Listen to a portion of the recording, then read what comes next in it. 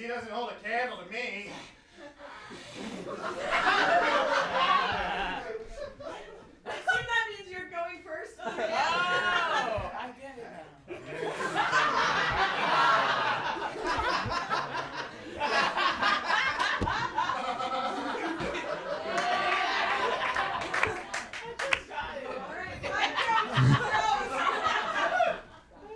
All right.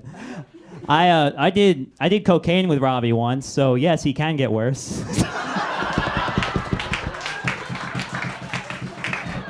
Yeah.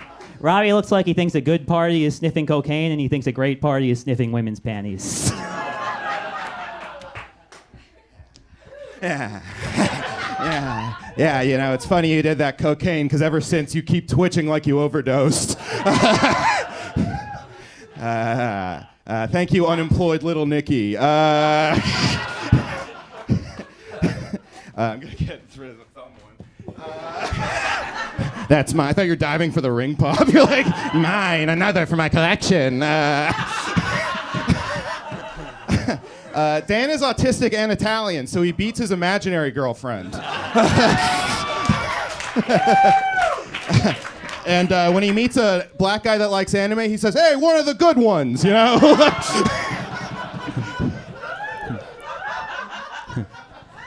All right, Robbie's mom is Afghan, so Biden isn't the first American to wish he pulled out sooner. Yeah. Actually, Robbie's birth is a lot like the Afghan war, yeah. 20 years later, and all we have to show for it is a drug problem. Yes. Clap for me. Clap for me. I'm hoping my writing will triumph over my bad personality. Well, it certainly won't triumph over yours. Yeah. You're the one guy that has a worse one than mine. Shit. All right. Thank you. Thank you, Rain Man meets 4chan. Dan is like if John Wayne Gacy constantly complained about the other clowns that got booked more than him. All right, Robbie's from San Francisco, if you were wondering why he looks homeless and gay. Yeah, like most good comics, Robbie does a lot of impressions.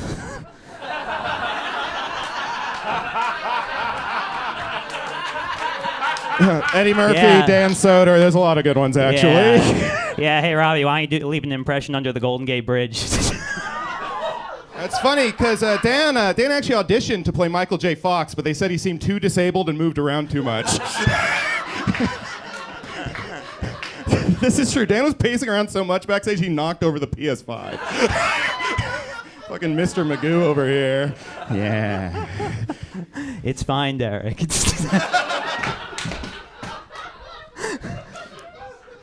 Michael J. Fox news. All right, as I said, Robbie's from San Francisco. He loves being in the Golden State, by which I mean covered in pee. Yeah. Robbie looks like he smells bad because he's brown, but it's actually because his girlfriend loves asparagus. Joke's on you, she broke up with me. All right. You might recognize Dan from plotting his revenge in the sewers of Gotham. Dan is autistic, Italian, and from Long Island, so he's retarded, and retarded.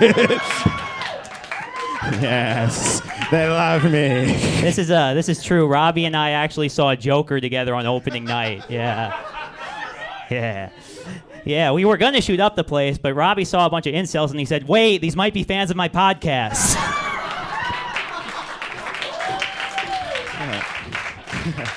All right. Thank you, little St. James Pontillo. That's for no one. But I had to say it. Dan's ex-girlfriend has 500,000 followers. 501,000 if you count Dan following her home after every day. Yes.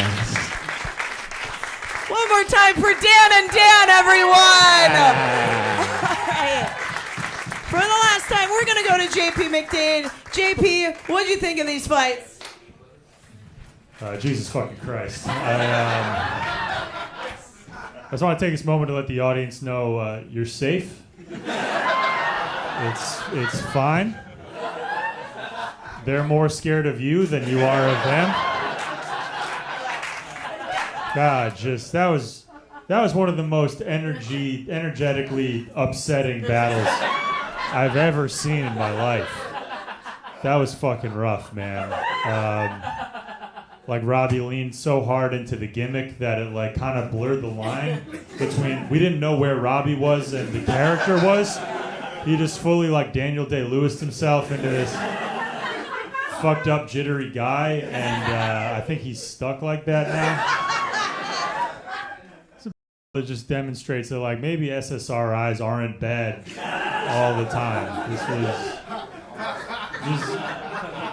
deeply unsettling. I've watched you both in battles for a long time, and Dan's jittery thing has kind of morphed into this like Johnny Cash intensity that I don't like. Like he used to tell a joke and just kind of like vibrate but be happy about it, but now the energy's gone dark and it's really disturbing. Like, he's got this like little Elvis lip quiver with it, and I don't like it one bit. And then Robbie was trying to hide the fact that he was fully sweating. Like after 3 jokes, he's like, "No, get it? I'm pretending to be a nervous guy," but then he's like having a panic attack on stage. What the fuck was that? Check, please. Rob? Did your guys' autism spread to whoever was holding? All right, we got. It just blew up in your hand. We don't have to become them. Guys. Oh, it fell. He did that with his mind.